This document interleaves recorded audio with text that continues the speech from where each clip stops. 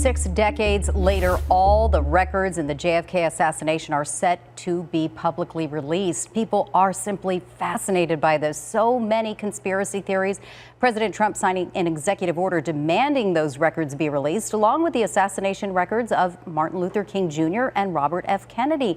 So what can we really expect to see when it's all said and done? True crime correspondent Brianna Whitney has been digging into this. So much intrigue in all of this. Everybody in the public, and I know we're excited to learn what's going to happen here in the newsroom as well. These 3 assassinations of major public figures have spawned years of mystery, conspiracy theories, and debate. But perhaps the assassination of President John F. Kennedy has been the most debated in U.S. history.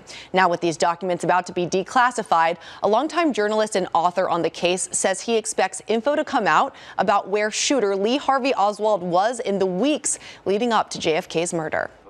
November 22, 1963 began with jubilation. The president's car is now turning onto Elm Street, and it will be only a matter of minutes before he arrives at the trademark.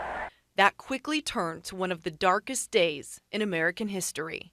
It appears as though something has happened in the motorcade route. Something, I repeat, has happened in the motorcade route. President Kennedy died at 1 p.m. Central Standard Time. Now, President Trump ordering the final documents in the JFK assassination file to be declassified, which should reveal the final chapter in what many feel has been a decades-long mystery. The optic is they're hiding the secrets about who killed Kennedy. So those files should have been out years ago. Gerald Posner is a longtime investigative journalist and author of the 1993 book Case Closed about JFK's death. The Warren Commission concluded Lee Harvey Oswald was the lone shooter, firing 3 shots from the 6th story of the Texas School Book Depository. I am hoping that we will learn more about what the CIA might have known about Oswald's visit to Mexico City like 6 weeks before the assassinations. Posner says Oswald wanted to get to Cuba, but was rejected by the Soviet and Cuban missions. If they did know more about how unhinged he was, why didn't they tell the FBI when Oswald came back into the United States? So that would be a major embarrassment for the agency. The Warren Commission also found the single bullet theory was true. One bullet that hit JFK in the neck is the same bullet that hit the Texas governor in the passenger seat. Posner says despite their proof being weak, he does believe the single bullet is correct based on modern ballistics expertise, though opinions vary on the science. The tougher part of the question always is, if I'm right and it's Oswald doing the shooting, does he do it for himself or is he part of a plot? Posner says these national and international circumstances happening at the time have fueled the theories. The mob hated the Kennedys because Bobby Kennedy's attorney general was going out and trying to bust them up. Castro knew that the Kennedys were involved with the CIA, unleashed the CIA and the mafia to try to kill him. So the question is whether he tried to kill Kennedy first. The Russians had been humiliated at the Cuban Missile standoff with the Kennedys. They hated him.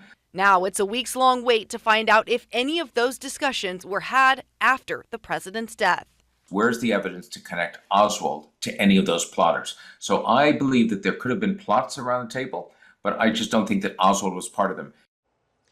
So when will we see all of these declassified documents? President Trump has ordered national intelligence officials to present a plan in 2 weeks for the full and complete release of the JFK records. They have 45 days to come up with a plan for MLK and RFK records. Nicole. It is interesting because they say something like 97% of the records are already in the public archives. Right. But what is in the fine print of what the government decided not to release? And that's, I think, what everybody is like really kind of, anticipating. 14 days is a very fast turnaround. For how big this case is, they have got to look at this and figure it out with a plan. And Trump is moving fast. But yeah, I mean, Posner was talking about this. He has studied this for decades and decades. He wrote a book about it. And to his point, he said, most of them have been released, but over and over again, this small chunk has never been. And that's why the optics look like they're hiding something. And that's why he says there probably isn't something hidden that's going to change history,